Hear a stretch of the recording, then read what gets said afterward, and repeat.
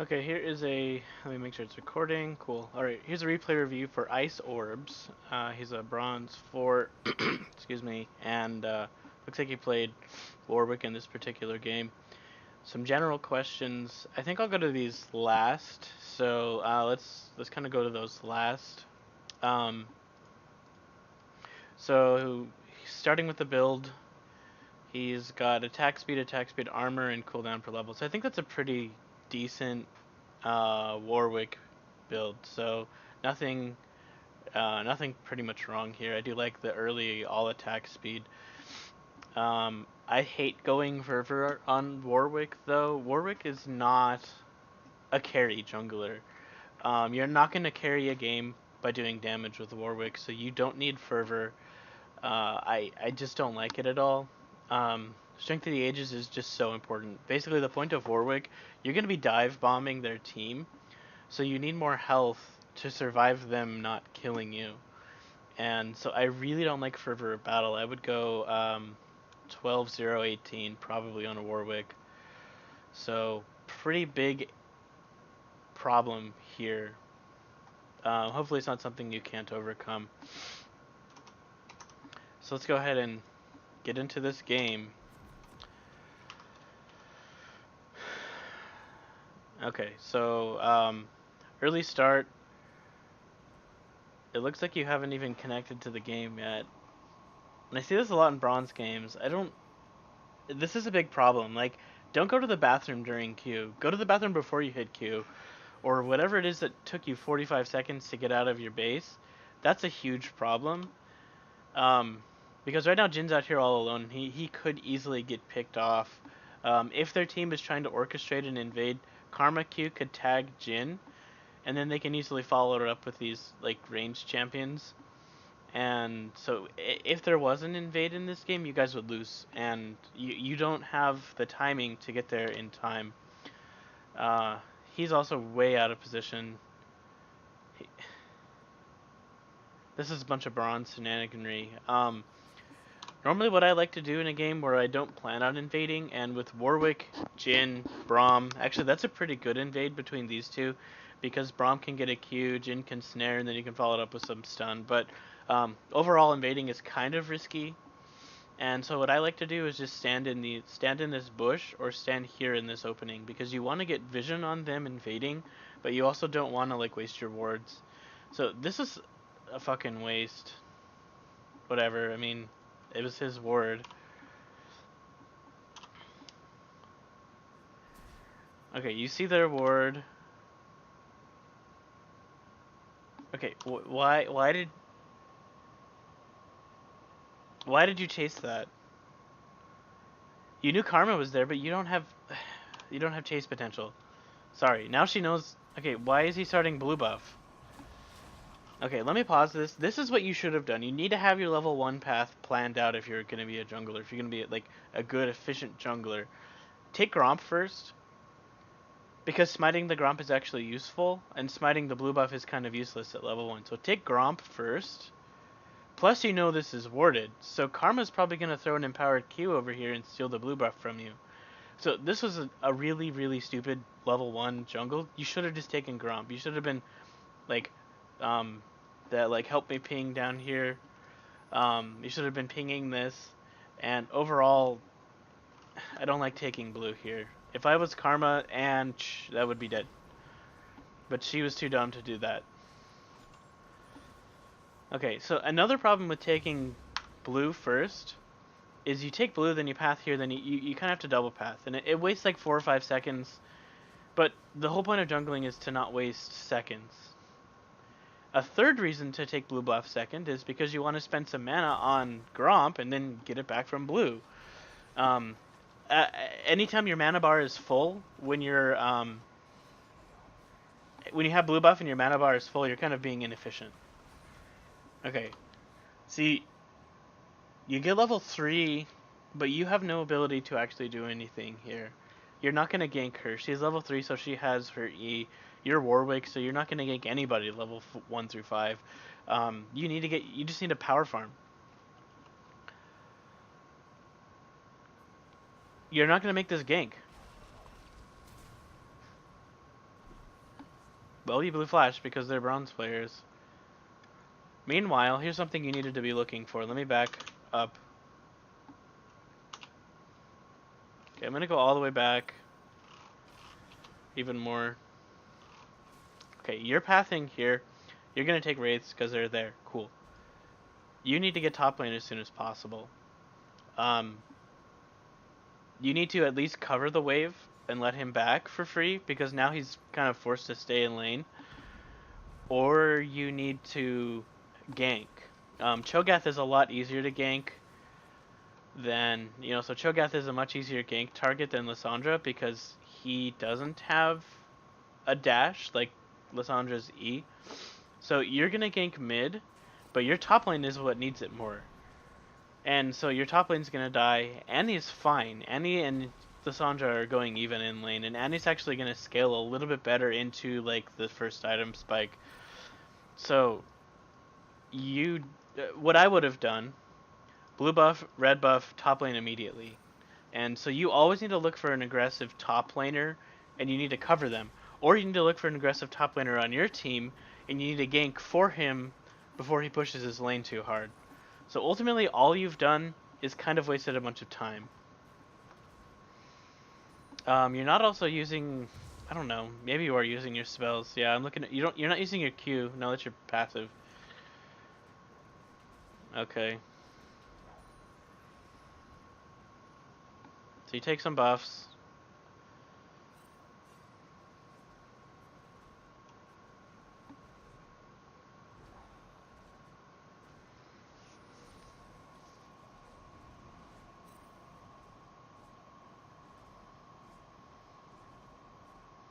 After you take this camp, your only option is really to back. You might be able to cover this, but I'm assuming that Cho'Gath is going to play defensively enough because he knows he's ahead. He's probably got wards up. Okay. Let me go back again.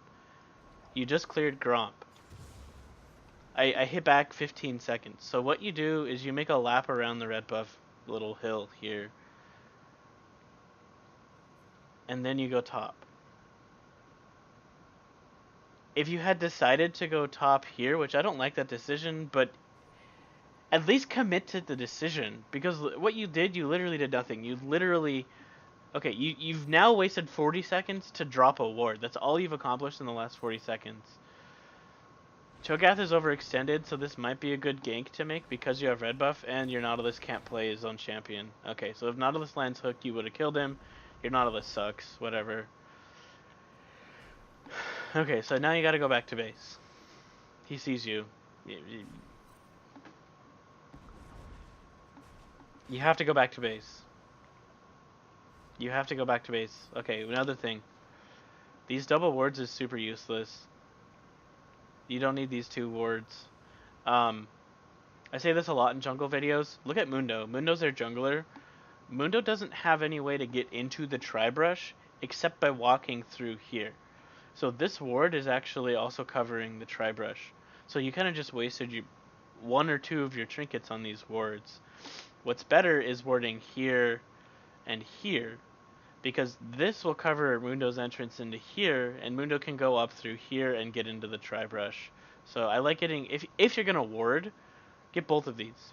Now, you didn't actually need to drop that trinket at all. I would have just saved it for after you back, and then you can go onto bot side or something. Okay, you complete your challenging smite, which I think is the worst thing to complete. It does almost nothing for you in a gank. It gives you a little bit of extra damage, but I mean, going challenging smite isn't bad on Warwick, but completing it first I think is bad. I think what you need to do is spend the gold on like 2 daggers so that you can build your recurve bow earlier. You need combat stats, and upgrading smite actually doesn't do you anything. You're probably going to use it maybe once against a champion, and it's probably not going to actually be that impactful that one time you use it. So I don't think you need to upgrade challenging smite right now. So you're going for a clear. As you're clearing, I do want you to notice this, but you probably can't do anything. Andy's gonna... Okay, Annie got that on her own, but this is a really good place for you to go. Um, no, Annie doesn't need to take that. You need to get level 6. Okay, so because Annie took blue buff and because you had some inefficient pathing in the early game, it's 8 minutes in and you're not a level 6 Warwick. Um, if I'm playing Warwick, I'm going to get level 6 by about 7 if I'm doing poorly, and hopefully by 6:30. Warwick's ganks are terrible until he's level 6, and then his ganks are godly because Flash ult is going to guarantee you a kill every single time. So, you're too far behind. If you do gank bottom, it's actually not going to pay off. So I think you realize that, and you decide to just farm stuff. I don't know what you're trying to do here. Okay, I will also point out Jin got killed. What the fuck is Jin doing with Ignite Teleport? Anyway, Jin got killed. You couldn't have actually done anything to stop it because you're not level 6. So the fact that you're lower level than their 80 carry is a huge problem. And if you go down there, you're just going to get killed by her. So please don't go down. Now you're dead. You're actually a lower level than your own support. Braum had level 6 before you. Okay, you don't need a back right here. You got 900 gold. You don't even have enough for your recurve bow. At least take Wolf Camp before you back. You are not level 6, and this is a huge problem. And your map is just getting hemorrhaged because you're not able to put up any pressure anywhere. There's 2 camps here that are wasted now.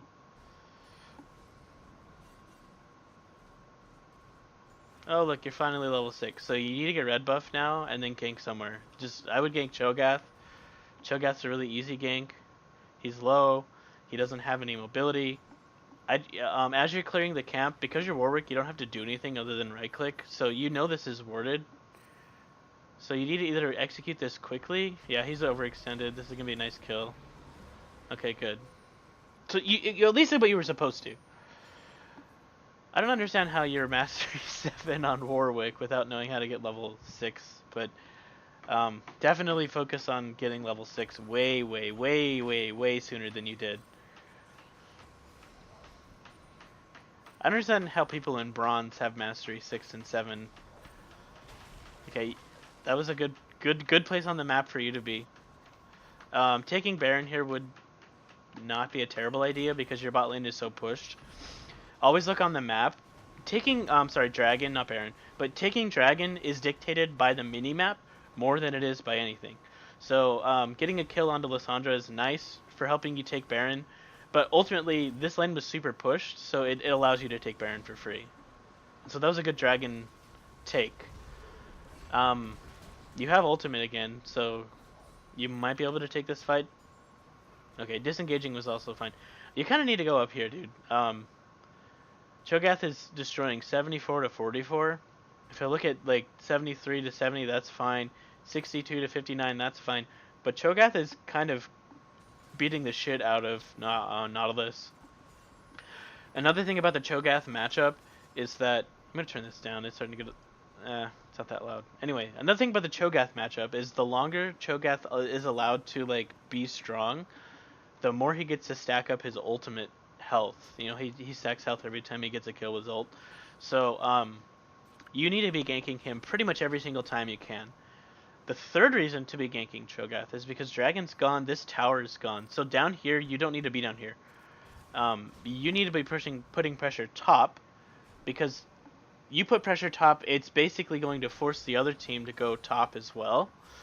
Otherwise, you get stuff for free, and then it relieves pressure on the mid and bottom for your team to continue to make plays there. So you need to be up here to kill him. Unfortunately, what's happening right here is the Bronze ARAM fest, and Warwick is super bad at ARAM. Like if I get Warwick in an ARAM game, I'm either gonna dodge the Q or hopefully re-roll the champ. That was a good pick. She was out of position. You can't really gank top anymore, so maybe you can just clear your camps. You've got 5 camps up, so I think that's definitely what you do next, is just clear your camps. You can't kill him. You don't have ult. And he's going to do that to you all game long. Stop chasing this. Stop chasing this. Stop chasing this. You almost have 6 whole camps up. Your red buff is going to be up before you actually get anything, which means you've done 2 minutes of not farming anything, because every camp has a maximum of a 2-minute spawn rate, except for red and blue buff, which have 5-minute spawn rates. So you haven't done anything in your jungle for at least 2 minutes, which is a huge problem. You're going to be farther behind in levels. You're going to be farther behind in gold. Not only does Warwick want to get level 6 really fast, but he also wants to get level 11 really fast because it empowers his ultimate even that much further. So you're really inefficiently farming. Try and avoid the ARAM unless it's really badly needed. But if your team can defend under tower, just farm. You don't have to, it's bad to be up here at Krugs while your team is getting sieged on, but you can easily take wolves and wraiths while your team is getting sieged on, and you can easily be able to get into the fight in time if they get engaged on. So you have ultimate. This is a good gank. Ult. Ult.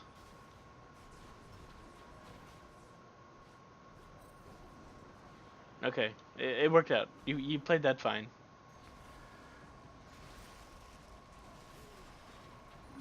Yeah, I think if you had ulted earlier, you would have gotten the kill earlier, and she wouldn't have been able to get up there in time. So, and he's dead.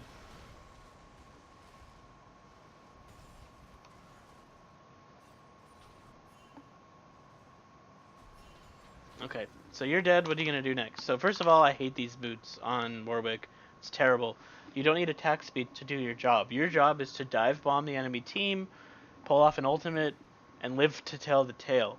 You don't need attack speed to do that. A lot of people do get Blood Razor on him because the 1.5 max HP is actually applied to the ultimate. So, that's fine, but you don't need any more attack speed on top of it. On-hit effects are okay, but raw attack speed is a pointless item. Against a Lissandra, Cho'Gath, Mundo, I would definitely get Mercury Treads. And you're going to die here. Okay, that was a wasted flash because you didn't need to be there in the first place. I don't think you guys can do anything with this.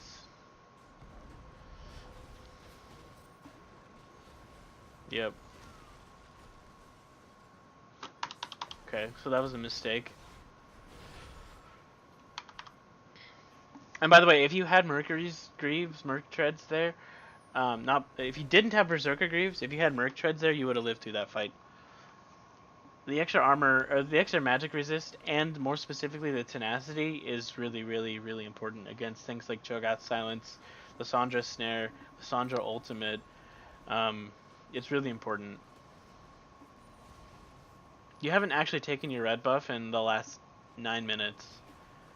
Soloing Dragon here is not a bad idea, because Annie's basically cleaning up the bottom side of the map, and you had vision on their mid, so that was a good dragon take as well.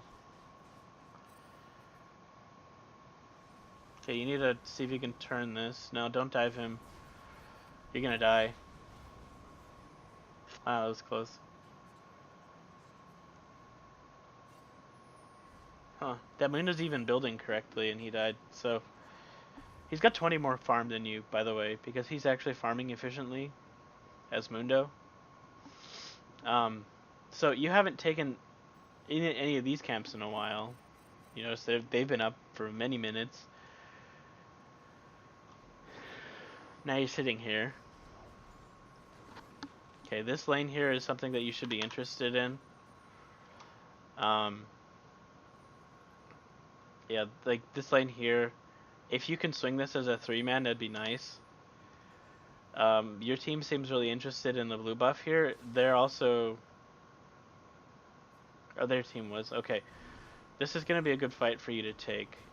You didn't actually get to finish your red buff small minions. That was a big mistake. And then Brahms being a stupid ass. Brahms should have stayed. He should have looked at his mini-map and seen you walking up so that Brahm can kill him. That was a really, really, really inefficient use of your CC there. And, okay, he dies anyway. If you know Nautilus is going to lead with ult, then you should save your ult until, like, after Cho'Gath kind of hits the ground. Then you should ult, so that you're actually maximizing the CC time. That was a really good Lissandra ult.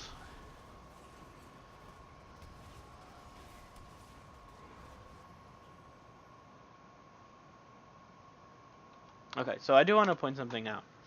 Your team has more kills than them, but they have more gold than you. And a huge reason they have more gold than you is because of you, and because of Nautilus. It's kind of a both, but Cho'Gath is 34 CS up, 24 CS up. Mundo is 22 CS, 19 CS up, and that's basically it. So like they have more CS than you. You have more kills, but they actually have more gold because you're inefficiently farming. So, and another huge problem in this game is you're not converting your gold correctly. It looks like you're building Wit's End next. I think Wit's End is okay, but right now your build is crucially lacking AP. If I click on your champion, you only have 1500 AP. And Lissandra ulting you, Cho'Gath getting his QW on you. Cho'Gath could probably two-shot you with WR. So you have to be like an off-tank on Warwick. You can't just build damage. So Wit's End isn't terrible, but it is terrible, especially if you don't even have Strength of the Ages as your mastery. You just don't have enough like survival to get through these fights. And I foresee that's going to be a big problem later in the game, and why you probably lose this game is because you're going to get blown up too fast to actually do your job. So your team is committing to this top lane siege. I think that's okay. It's 4v1. What this siege is ultimately going to do is force their team up here, and Annie can maybe position, you can look at her on the minimap. So you get caught. If you had more HP, you would have lived through that.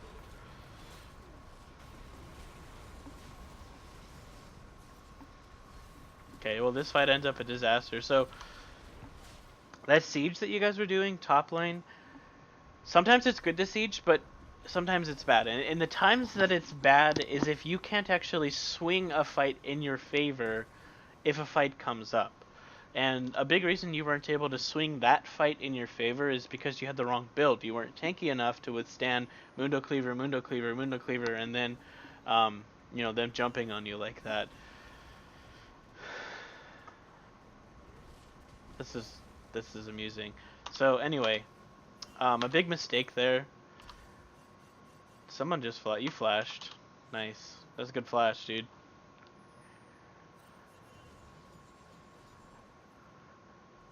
Okay.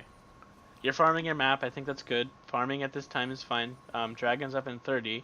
So probably get some...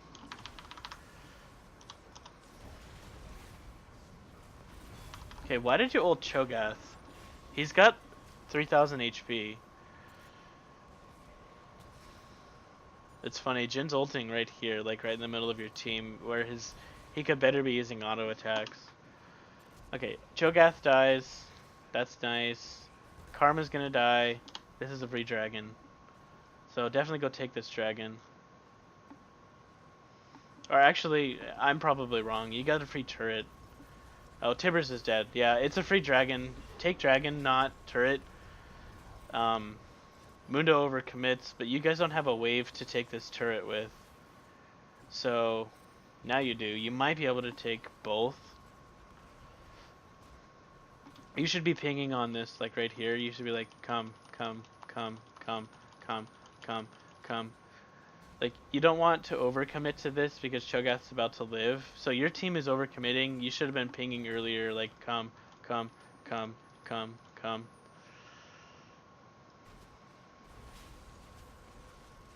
So this is a big loss in pressure that you guys... It's ARAM all over again, and it's kind of your job. Ping the map. Like, Guys, come on. Guys, come on. You should even type like, hey guys, come on. Or something. I kind of broke the HUD.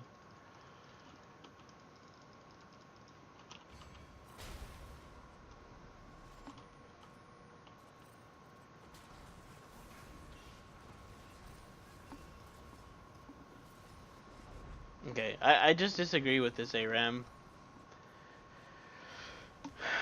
I also disagree with soloing drag because you have to make a movement as a team, and if your team is like right now you're just making it a guaranteed 4v5 or at 4v4 because Karma's dead, but you're not actually allowing your team to have a numbers advantage. Dragon was the best decision here like 2 minutes ago, but because Nautilus was building a wave in the top, their decision to cycle over wasn't terrible. I do think they overstayed. Yeah, they get 3 deaths for it. But if you were there, they probably wouldn't have been able to swing it. But instead, your inability to like make a team decision, you get Dragon, sure, but they get 3 kills. And what's more worth it? The Cloud Drake, which kind of sucks, or 3 kills. You're also overstaying, and they're probably gonna come kill you. You have no vision to be doing this split push. Look, there's no ward here, which is important. There's no ward here. There's no ward here, which is important for this like tier 3 split push. So you're probably gonna get killed here. Okay. It takes our team a little bit too long to organize to you. You can't kill her.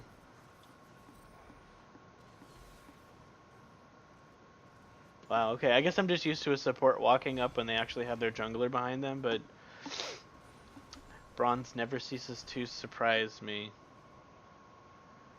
Okay, so your team actually has a lead now, and now playing with an advantage is different than playing from behind.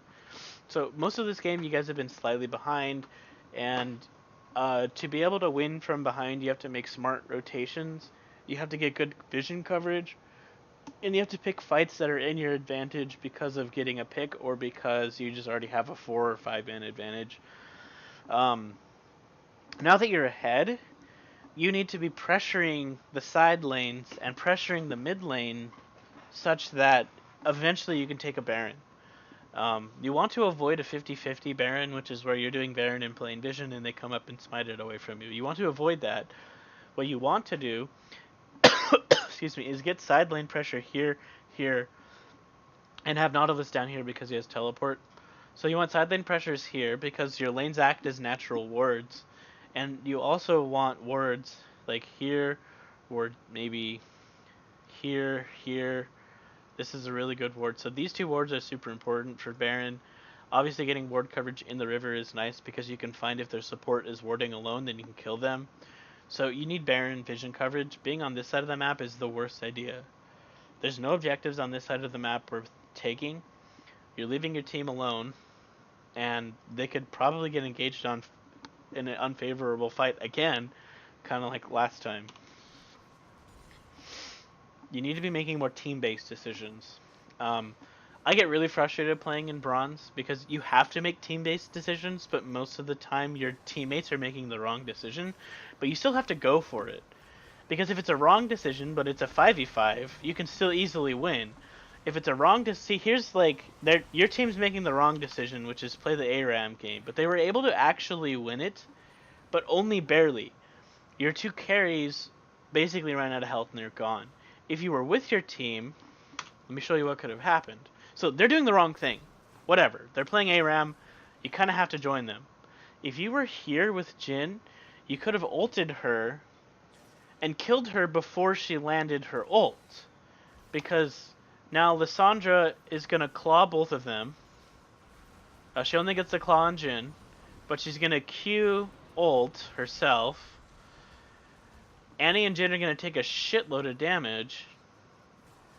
But if you had just been with your team and killed her before, both of your carries would have been full health, and you would have been able to swing it into a Baron because you have full health carries.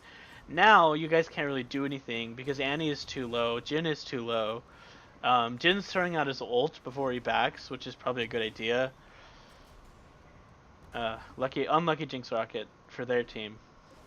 I guess lucky for you. And Brahm's being way too far ahead. You guys can't fight this. And you finally joined the fight. You trade a kill on Jinx for Annie. But you guys can't do anything with killing Jinx. And your Nautilus is in the middle of 3 of them. Okay, they're doing the bronze thing and they're way over committing. Neither of them really have flash. But Mundo should have just ulted and ran around Nautilus and killed Mundo. So I guess it's lucky for you. You flashed into his... Your flash usage this game has been pretty terrible. Okay, you guys can't do anything. Go take some of their buffs. Go take some of their camps and leave.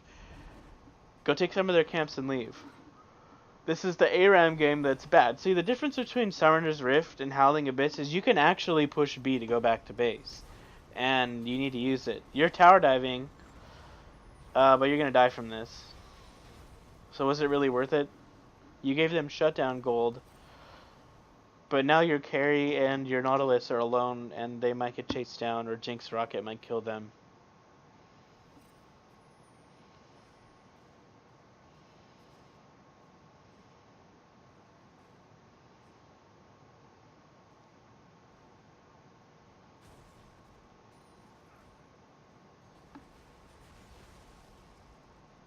Okay, let's go ahead and fast forward this until you spawn.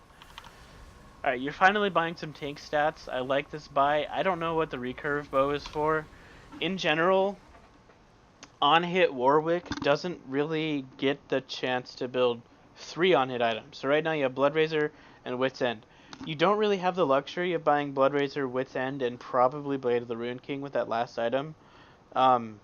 You don't have the luxury of that. You have to get tank stats by the time it's the mid-late game, because the mid-late game, once the towers are gone, it's all about team fighting 5v5 at the right time, and you're just going to need raw stats to survive their team piling on you after you ult on top of Jinx or Karma or Cho'Gath or something. So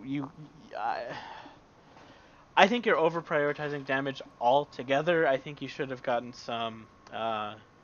like defensive boots.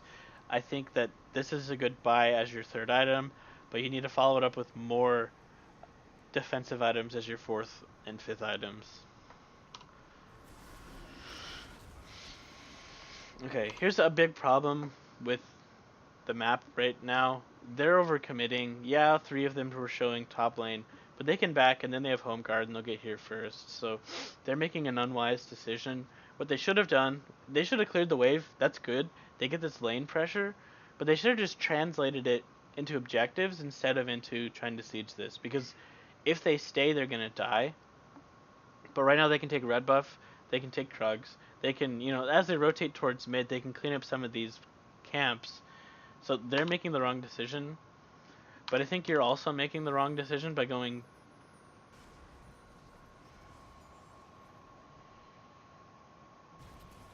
Oh, by the way, this has been up since you left it there when you went to gank top lane like 10-12 minutes ago.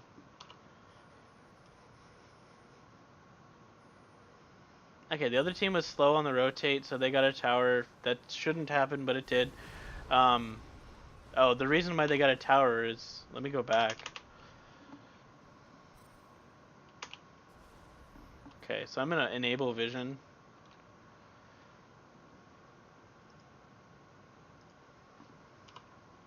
Okay, so they're sieging bot because they can. What I would expect this team to do is say, oh shit, our inhibitor's getting taken, let's back and kill them. But they go for this, like, Baron sneak.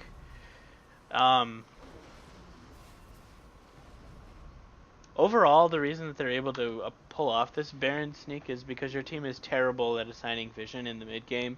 And, I mean, that's not just the support's job. You need to be using your trinkets, but basically every time they're up, here, here, here, here. Like, these 4 brushes are super important to be able to spot out their team going to Baron. And if you had this warded, I think they actually rotated through here, so this ward wouldn't have actually helped, but you also always need a pink in the Baron pit. Yeah, the pink's in plain vision so they can clear it, but that's the point. They clear the pink, you know that they're doing Baron in the next 10 seconds. So you always need a pink there and a blue trinket there. Well, pink or blue, because either way those are permanent vision. If you have a blue in the Baron pit, they have to clear it, but the act of them clearing it tells your team, oh, they're probably doing Baron. So the fact that they were able to pull off a Baron sneak here is a pretty big problem. Now, you, Warwick, haven't actually been on the top side of the map in a really long time, so that might just be another natural problem, is you haven't been up here to drop your wards. So, hopefully they don't get this Baron. I'm going to turn off the cheating vision again.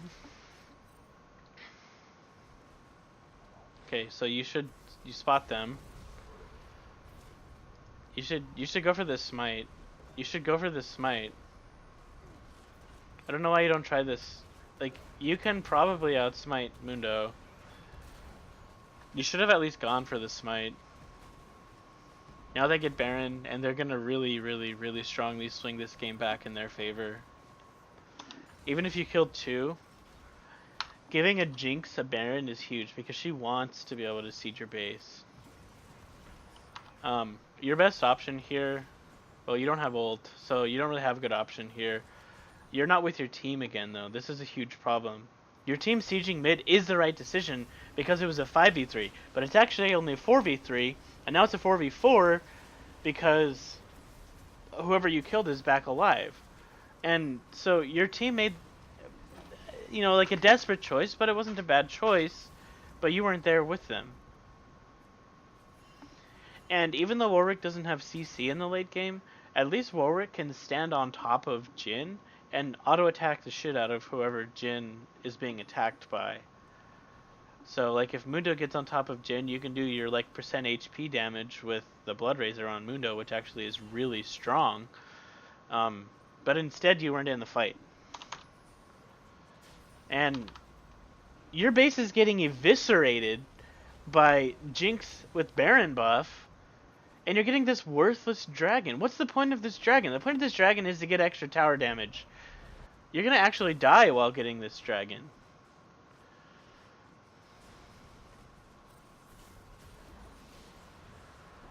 And you didn't smite. Jinx stole the Baron from you, but you can smite while you're ulting. Ugh, this is now becoming a disaster. The terrible map decision making.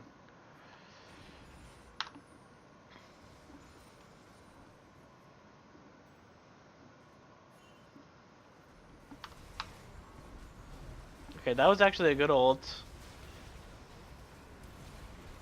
Your whole team was there for them to back it up, but I'm afraid that their team just has too much of a gold advantage on you. Let's go back and see why you lost this fight. I mean, first of all, you ulted their support.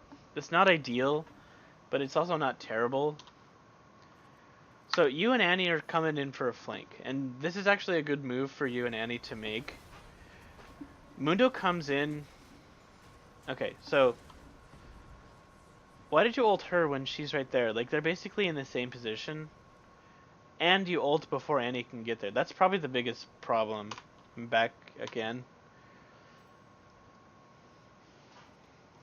Okay, so you're going for the flank. It's the right move, but you're really indecisive about your pathing.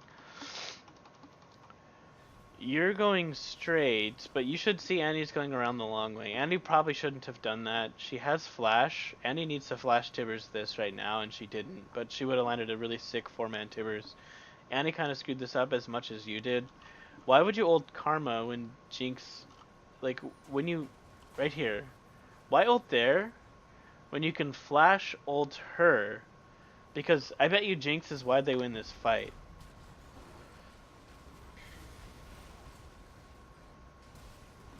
So that's exactly what I've been saying is going to happen. You're going to dive bomb their team, they're going to focus damage on you, you're going to die before you can actually do anything. So, super greedy build, that's actually a terrible build. Okay, they actually have pretty... So, Jinx gets killed. So she Cho'Gath's the one who shreds this fight.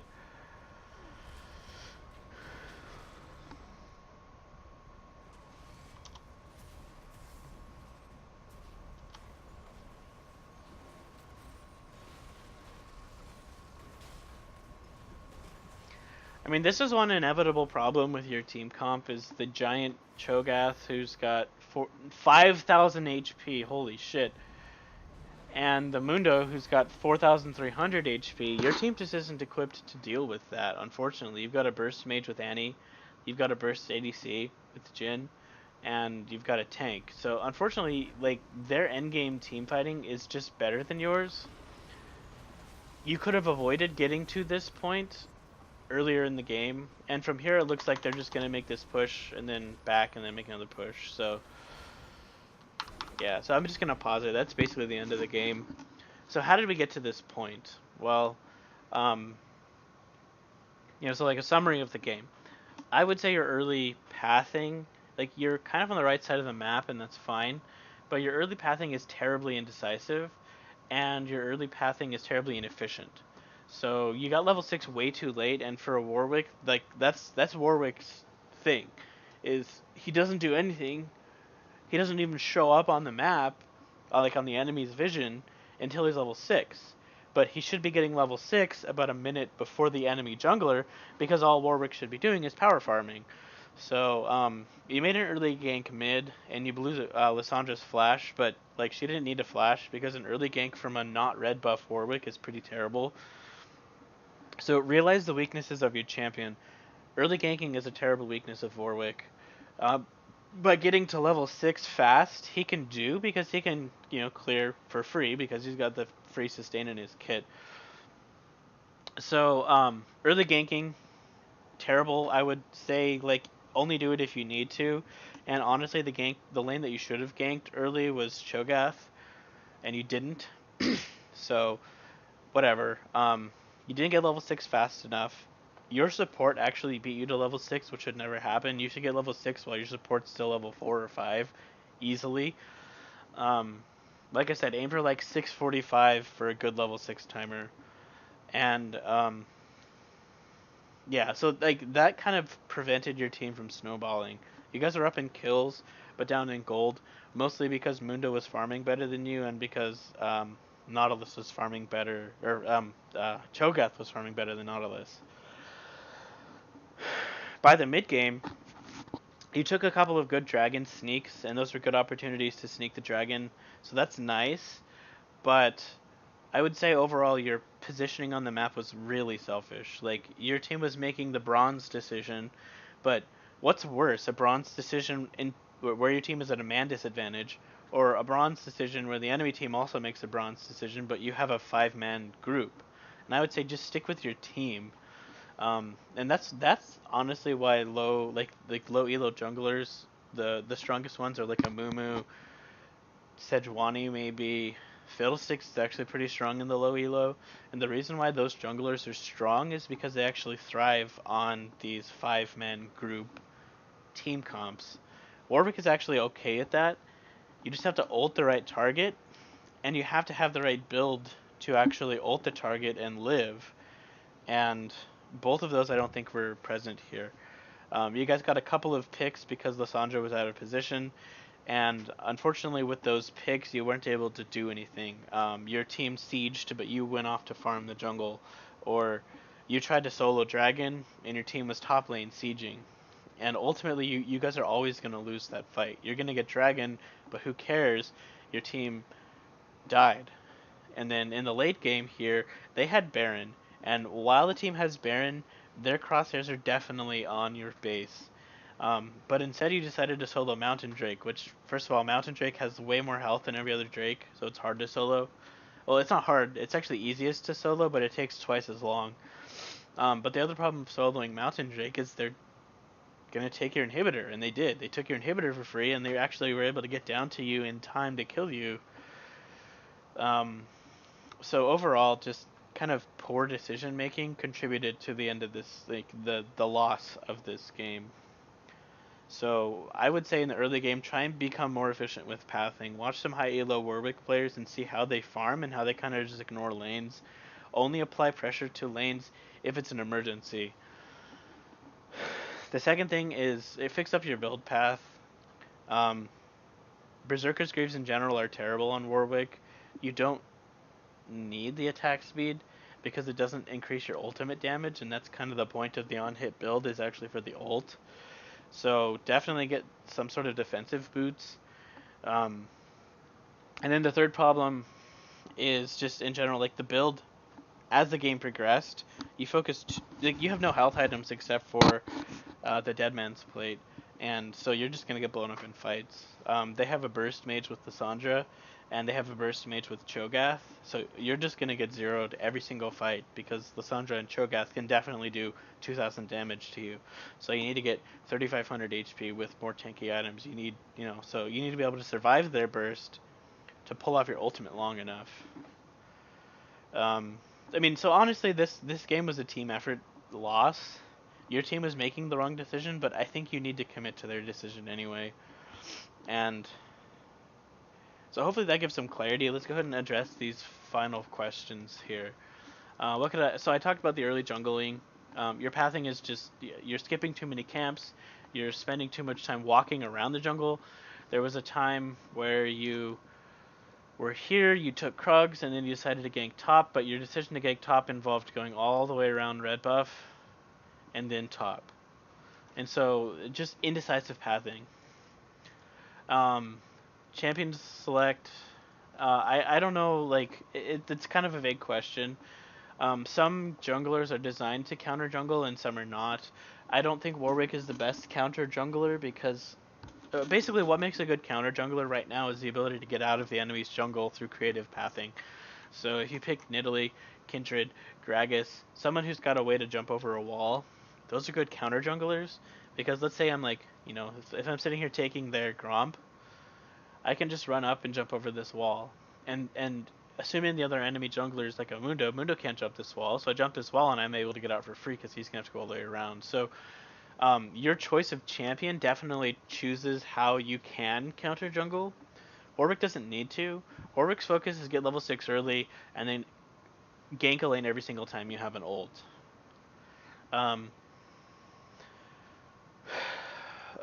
Basically, your warding question, I think you should get a pink ward every time you go back, at least every other time. Definitely get pink wards about 2 minutes before an objective comes up. So before Dragon or before Baron, definitely get a pink ward and place it in the Dragon Baron area in an important control spot so that you have vision of that area. On less tanky jungles, how do you balance kiting the blue buff to take less damage, though I'm not going to red rather low? It depends on the champion. I don't know. Warwick doesn't have the ability to kite. Like, I think Warwick's attack range is 125, and so any jungler with a 125 attack range actually can't really kite at all. But if you play a 175 range attack jungler like Kha'Zix or something, you can. And that's just something I would just recommend, like taking, like watching a video or that of like specific. Like I don't know, you'd have to name the champion because the pattern is different. But like on Kha'Zix, you just apply the slow, and then auto Q, and then like back away, and then like you can weave in an auto as you're still backing away, and then your slow's back on cooldown. So there's like it's a pattern. It's kind of hard to talk about. Warwick cannot really kite camps because he's got that 125 range. And then I talked about these mistakes, so hopefully they were useful within the context of the game. And anyway, thank you for the opportunity to review. I am definitely looking forward to any more opportunities to review in the future. If you want, like I definitely say like once a week or so, just ask for a review. It doesn't have to be from me. It's actually better to get other reviewers because they can give different feedback that I might have missed. So anyway, thank you for your game. Hopefully these advices helped.